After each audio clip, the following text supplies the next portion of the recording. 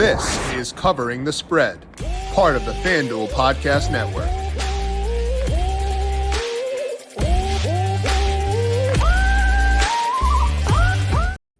We are just 8 days away from the first round of the 2024 NFL Draft, and props are going up across various books right now. The offerings getting more expansive. We're going to break down the NFL Draft with Connor Allen of Betsperts and 4for4 today, getting his read on the first round, talking about his most recent mock draft, where he's seen value at FanDuel Sportsbook, and much more to get you ready for next week's opening round. This is Covering the Spread right here on the FanDuel Podcast Network and FanDuel Research. My name is Jim Sonis. I am a managing editor of digital media for FanDuel Research. Joined here, as mentioned, by Connor Allen. Check him out on Twitter at Connor Allen NFL. You can find his work at Betsperts and 4for4, and of course on the Move the Line podcast as well. Connor, it is a pleasure to have you on the show for today. How you doing? I'm great, Jim. Yeah, it's awesome to come on the show. We've hung out, I think, once or twice now in real life. Always fun. Good to chat, with some people and meet some people that online in real life. So that's always super fun. And then, it's draft season. I think no better time and no better event to bet on. Yeah, selfishly, I was like, cool, I get to meet Connor in real life, but also I can ask Connor to come on Covering the Spread now, because once you've met, it's I feel like it's harder to say no. So there was oh, cool, I get to meet Connor, but also I'm gonna be selfish and use him for my show now too. So it actually worked both ways for me. Oh, it was perfect. Yeah, of course. Yeah, it's an easy out to be come on the show, hang out for a little bit. Right. Now you live in the Chicago area. Are you a Bears fan, I assume? Honestly, not really. So I used to live in Colorado when I was growing up for a couple of years, and during my formative sports I would say. I saw the Demaryius Thomas jersey behind you. I was okay. Yeah, and so that was my initial fandom. But now at this point, I just bet on everything that makes me money. I'm so removed. Fantasy, when you play in 15 fantasy leagues, which I used to, I don't anymore. You're just rooting for players and not teams, and so I just kind of lost my fandom. So I don't know. I'm excited for the city of Chicago. Chicago's a better place when their sports teams are good. And so I'm very excited for the Bears this year, just for the city mostly, though, not for my fandom. The lack of fandom is so relatable because I grew up a Jets fan and no reason to root for that anymore. So it's just whatever can win me money, I will happily root for. So I am fully on board with that. But if I get to watch Caleb Williams in the town I live in, I'll take that too, for sure. We're going to talk to Connor about the first round of this NFL draft, where he's seen value at FanDuel Sportsbook, and much more in just 1 second. But first, a reminder to make sure you're subscribed to Covering the Spread wherever you get your podcast. Tomorrow, EPL thoughts, Formula One, and NASCAR here on the show. NHL Stanley Cup playoff preview coming up on Friday as well with Tom Vecchio. So get those as they are posted by making sure you're subscribed to Covering the Spread wherever you get your podcast. You can also find us on the FanDuel YouTube page and on FanDuel TV Plus. The NBA play-in tournament gives teams a chance to play their way into the postseason. So it only seems right now new customers on FanDuel can play their way into $150 as well. Just place any $5 bet. You'll get $150 in bonus bets, win or lose, to use during the NBA playoffs. FanDuel, official sports betting partner of the NBA. Must be 21 plus and present in select states. First online real money wager, only $10 first deposit required. Bonus issued is non-withdrawable bonus bets that expire 7 days after receipt. See terms at sportsbook.fanduel.com. FanDuel is offering online sports wagering in Kansas under an agreement with Kansas Star Casino LLC. Gambling problem? Call 1-800-GAMBLER or visit fanduel.com/RG in Colorado, Iowa, Michigan, New Jersey, Ohio, Pennsylvania, Illinois, Kentucky, Tennessee, Virginia, and Vermont. Call 1-800-NEXT-STEP or text NEXT STEP to 53342 in Arizona, 1-888-789-7777. Or visit ccpg.org/Chad, Connecticut, 1-800-9-WIN in Indiana, 1-800-522-4700. Visit chaosgamblinghealth.com in Kansas, 1-877-770-STOP in Louisiana. Visit mdgamblinghealth.org in Maryland, 1-800-GAMBLER.net in West Virginia, 1-800-522-4700 in Wyoming. Hope is here. Visit gamblinghelplinema.org. Or call 800-327-5050 for 24/7 support in Massachusetts, or call 1-877-8-HOPE-NY or text HOPE-NY in New York. Now, Connor, we'll talk about this year's draft here in just 1 second. But first, I want to know about your overall process for betting the draft, because there are a lot of ways to play this. You can grind the box as much as you want. You can try to listen to podcasts, see what Shefty say and stuff like that. And there are a lot of things you got to do to be on top of things here for the draft. So what does your overall draft betting process look like?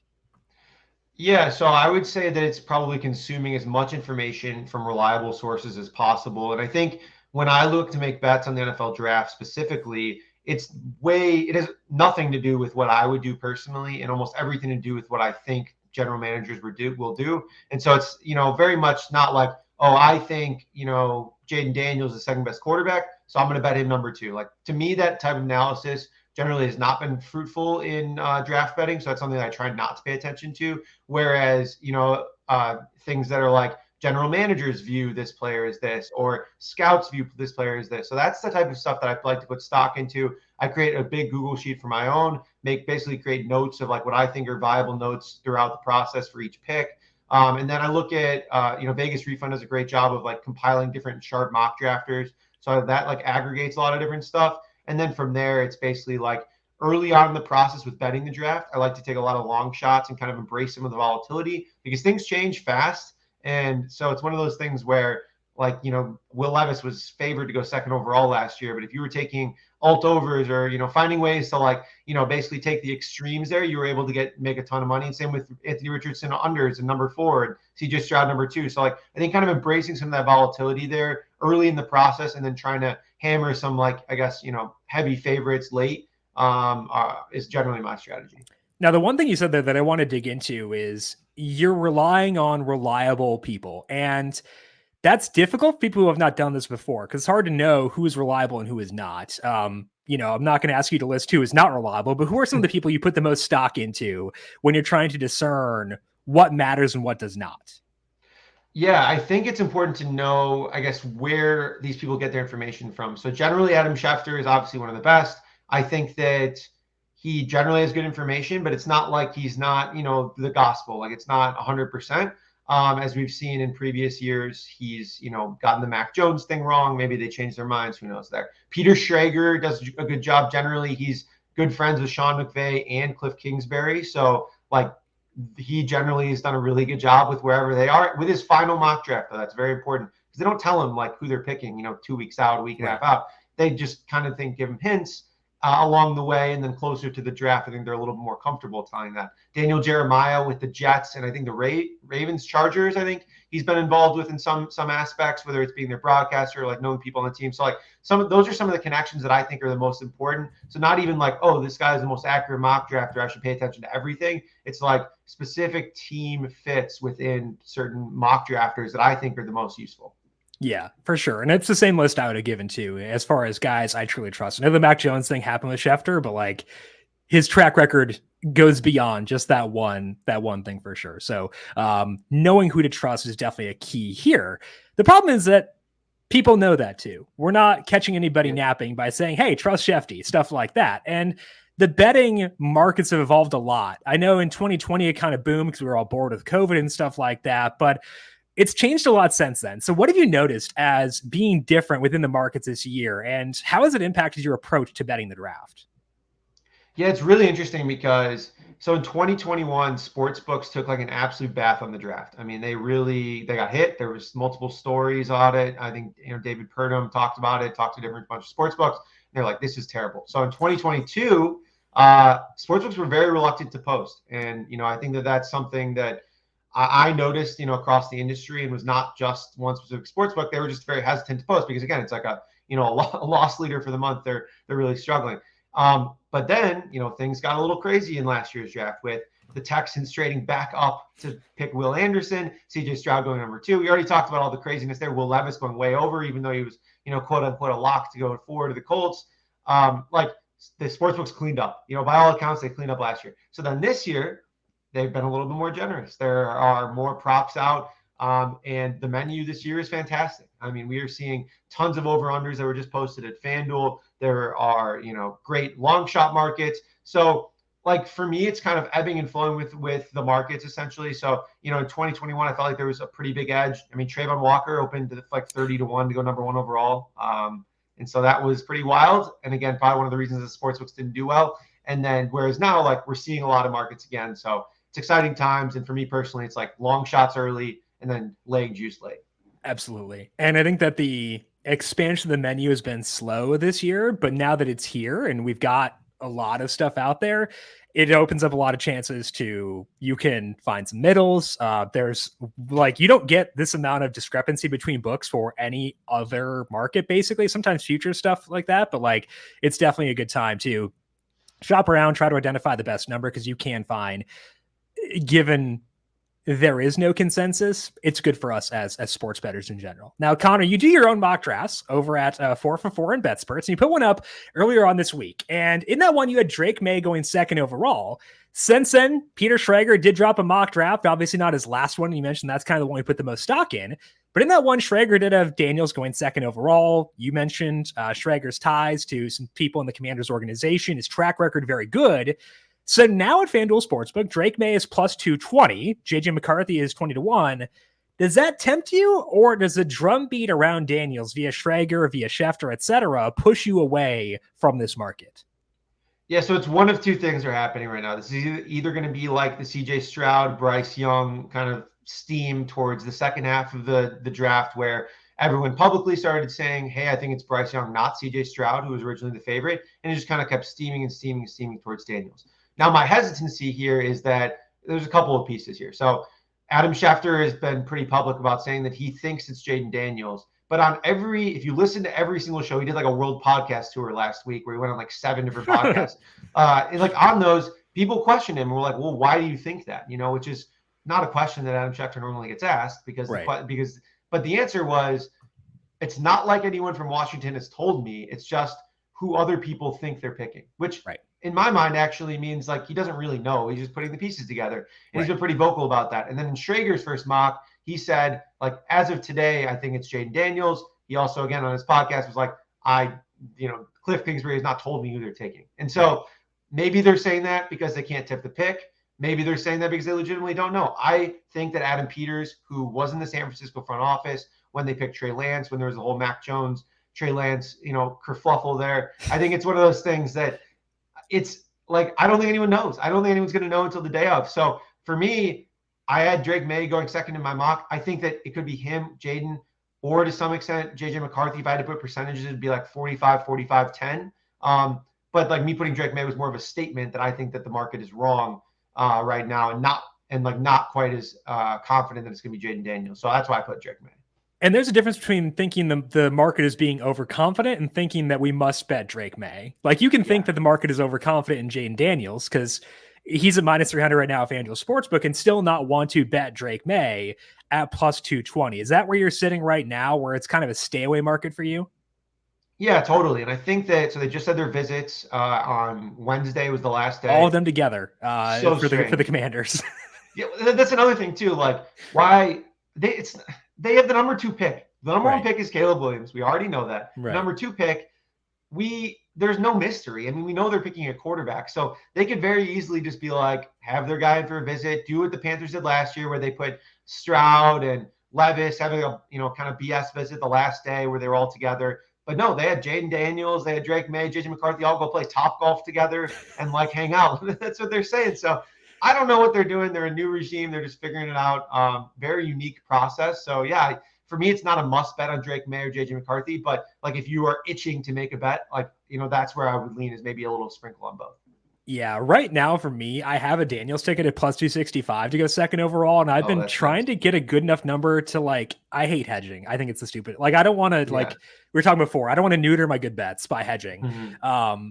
I've been waiting to take a number on May at a certain point, but I've not gotten a good enough number to actually get me to do that. And that's in large part because I am anti-hedge in general.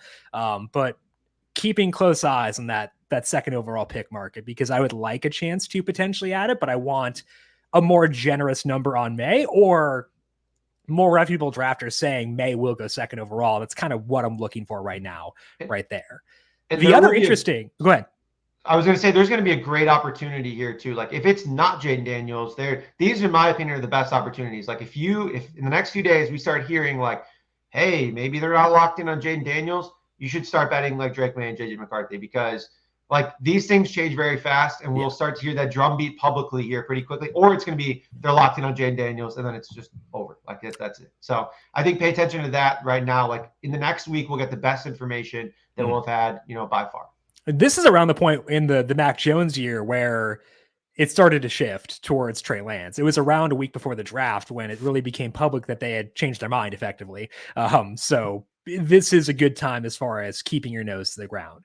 Other interesting pick in your mock draft, Connor, was you had Latu Latu being the first defensive player picked, going ahead of Dallas Turner. Right now, FanDuel Sportsbook, you can bet on who will be the first defensive lineman or edge drafted, and Turner's minus 110. And there been some movement against him recently in that market. Latu is plus 240, as is Jared Verse, who is plus 240 as well. Now with Latu, does that plus 240 number tempt you at all, or what's your read on this market here? Yeah, it's kind of interesting because from the sourcing that I've done, like Dallas Turner to the Falcons is like a super popular pick in mock drafts. I think we're talking like 85, 90%. From the sourcing that I've done, like it's not the Falcons don't really view it like that. Like I think that they view Latu as someone who's, as good, if not better than Turner. Jimmy Lake, their current defensive coordinator, was actually Latu's coach before at Washington as well. And Latu's a guy where there's obviously some medical red flags, but if he's cleared on those medical red flags, which seems to be pretty universal, like that's kind of died off at this point in terms of like a red flag. I mean, he could very easily be the first defensive player taken. So yeah, I think that Latu here in this market is interesting. The question is whether the Falcons stay at 8, because if they don't stay at 8, then, we don't know who's taking the first defender. And I think that opens the door for a guy like Jared Verse, who, I had 9, or I think it could be interesting at 9 as well to the Bears. So like there's, I think, multiple doors here of what happens. And I'm not sure that it's my favorite market is first defensive player drafted with this, but I think finding a way to fade Dallas Turner to the Falcons is probably the best way I'd go about it. And one way you could do so, I know the positional markets or the over-unders were just posted at FanDuel Sportsbook, but I believe that the positional number for him was actually, I don't see him up here anymore, but I thought at one point that there was a Dallas Turner prop that was right around 9.5. So that could have been another route to potentially fading him. If you're looking at Latu and Verse, because both these guys are pretty much dead even with Turner right now, preference for you between Latu and Verse if you're trying to find a way to fade Turner, or are you looking in over-under markets as the best route for fading Turner? Yeah, I think it's kind of tough. So yeah, definitely the over-under markets on Turner if you can find it. But I also think that like you can play a little bit of Latu and Verse regardless, because if the Falcons stick at 8, I think that they would prefer Latu over Turner. If the Bears stick at 9, from my understanding, they love Rome Odunze, so they'll pick Rome Odunze if he's there. But again, as I mentioned with the Falcons, like I think they are a very ripe trade down spot for a team like maybe the Jets, the Colts, I don't know, the Saints, maybe even someone. That's what someone suggests another mock to trade up and get a Rome Odunze ahead of the Bears. So now if that happens, the Bears are left with who will be the first defender. And again, from my understanding, they really like Jared Verse. So, Jared Verse very much also seems like the Darnell Wright of this year's draft, kind of just like on a little bit off the board, mid-teens mocks guy. A little bit older, but is good, polished, has some interesting skill sets. So it makes a ton of sense. And from everything I've heard, they like him. So I think both of those two bets are pretty interesting. Okay, so you could consider Latu or Verse at plus 240, but then also keep your eyes open in case FanDuel does post those over-unders for Dallas Turner as well. Now, we do have top 10 markets at FanDuel Sportsbook. I don't believe there is a no market for these to be a top 10 pick bets up right now, but we do have yes markets on those. When you look at those, Connor, any stand out to you as being good values right now? Yeah, so my favorite thing about this market actually is that you can like parlay them. So you can parlay multiple of them, because I guess the thing about the draft too is, and why it's so much different than a regular sporting market. Like I think a great example is, Steve Fezzik tweets out Purdue minus 4,000, 16 seed, 1 seed beating a 16 seed. The game still has to be played. Like basketball still has to be played. Crazy stuff can happen in the draft. Like Rome Odunze is going top 10. If I want to, if I had $1 million and FanDuel would take $1 million, I would just put it on Rome Odunze going top 10. I know that, again, not financial advice, but I think that's it's one of those things where it's whatever it is, but it should be like minus infinity in my mind. So that being said, combining like Odunze, JJ McCarthy, I think is interesting. So yeah, like I think that's interesting potentially. And then like if you want to get a little wild, you can add in like a Jared Verse or even Fatanu, the offensive lineman I think he could go to the Jets at 10 potentially over Brock Bowers, especially if Joe Alt's gone. So you could throw in like Alt there as well. So it's one of those things where I like to kind of just parlay them and like kind of get better odds, which I know is normally fishy, but in the draft, I don't think it's that fishy. And again, they're like, I think that it could be fishy in some markets because if one player is a top 10 pick, then there are fewer spots in the top 10 for other players. That's part of why I think they allow you to parlay those. But like, there are also some other markets, so like you could go with the top 3 overall picks exact order, where there is obviously a correlation there. Jaden Daniels goes 2nd overall. That increases the odds that Drake May goes 3rd overall and things like that. So you can be creative if you're allowed to parlay things, kind of dive into that and see ways you can find those correlations, try to find things like that to get an edge there with some potentially correlated markets. Now, it's not just top 10. We've also got top 5 markets, first round pick markets. Anything in those markets, Connor, you're looking at right here? Yeah, I think I played around with it yesterday. The top 5 parlay of like JJ, Jaden, and May, I think was minus 143 when you added it together. I think anything less than minus 150, minus 136 at this point. I think that's fantastic odds for JJ McCarthy to go. Essentially, just JJ McCarthy to go top 5 or all 3 quarterbacks to go top 5 because we're looking at right now the Arizona Cardinals sitting at number 4 and the Los Angeles Chargers sitting at number 5. I think the Cardinals could trade out. We saw Monty Ossenfort last year trade out, trade back up. I think that if they get a good enough offer from someone like the Vikings, Giants, Raiders, Broncos, that they would be interested in it. But say they want to take Marvin Harrison Jr., that's fine. The Chargers have been linked to like offensive linemen and some defenders. Like, right. I don't think that they're going to take an offensive lineman at 5th overall. Like, they already have Rashawn Slater on the left side of left tackle. So taking Joe Alt, like one of them would have to move over to the right side. So it's a little bit messy. So like, I think they're heavily incentivized to trade down. And so I think a team could even get like a cheaper offer to get up to 5 and then potentially take, again, JJ McCarthy, a quarterback where there seems like there's 3 to 4 teams bidding on it. So I really like JJ McCarthy to go in the top 5, even if I don't personally believe that he's that good of a prospect, which I don't. I think he's a little bit raw, but again, that stuff doesn't really matter. I think he's going to go top 5. And you get that again, minus 136 to parlay Jaden Daniels, Drake May, and JJ McCarthy all to be top 5 picks. We don't have a lot of history of 4 quarterbacks going within the top 5, but this is kind of an unprecedented draft where there are it's a pretty deep class where there are a lot of guys who are pretty legit. And I think that makes a lot of sense. So I don't mind that either. Minus 136 for that. As mentioned, we do have positional over-unders as well. A lot of other markets. So Connor, I'm opening up the full board to you. What other markets do you like for this year's NFL draft? Yeah, there's 2 over-unders that I thought were interesting right now. So Brock Bowers over 12.5, I think is really interesting. Now, again, I like Brock Bowers as a player, but he's coming off of an injury that we thought was season ending. He came back, at the end of the season, didn't do any of the testing at the combine, didn't do any of the testing at the pro day. Some teams don't really like that. And obviously he's connected to the Jets a lot. I'm not really buying the hype to the Jets here. I think that they're going to go with an offensive lineman or try and trade up to potentially get one of the wide receivers. So if you operate under that assumption, you're looking at basically just pick 11, which could be the Vikings, could be the Cardinals, could be the Chargers, trading down in that scenario. I don't think any of them are really in play for Brock Bowers. And then it's just the Broncos basically, who are kind of a mess in a lot of different ways, but like, I don't know. Could they go Bo Nix? Could they go defender? Could they go, I just don't think Brock Bowers, a tight end there, is going to be exactly what they're looking for. I think it's probably a trade down or maybe a defender in this spot for the Broncos. So for me, it's just basically fading the Broncos in my mind. So like, I don't really have as much insight there, but I still think it's kind of unlikely there. So I think over 12.5 is pretty interesting for Bowers. All right. That again is over 12.5 for Brock Bowers, minus 114 right now at FanDuel Sportsbook for that one. I did want to ask you quickly while I have you here. We got Bo Nix, his positional number 32.5, over is plus, or 35.5, I should say. Over is plus 102, under minus 136. And then Michael Penix is sitting at 33.5, over plus 106, under is minus 140. The quarterback market is all over the place. Like you'll see minus 200, minus 180, somewhere in that range for over 4.5 quarterbacks. I got that even money. So like I'm kind of nervous watching these numbers on Penix and Nick sitting here because if they fall past the Broncos, like they're tumbling, baby. And I don't know where they're going to stop. So I'm curious what your read is on those 2 guys specifically.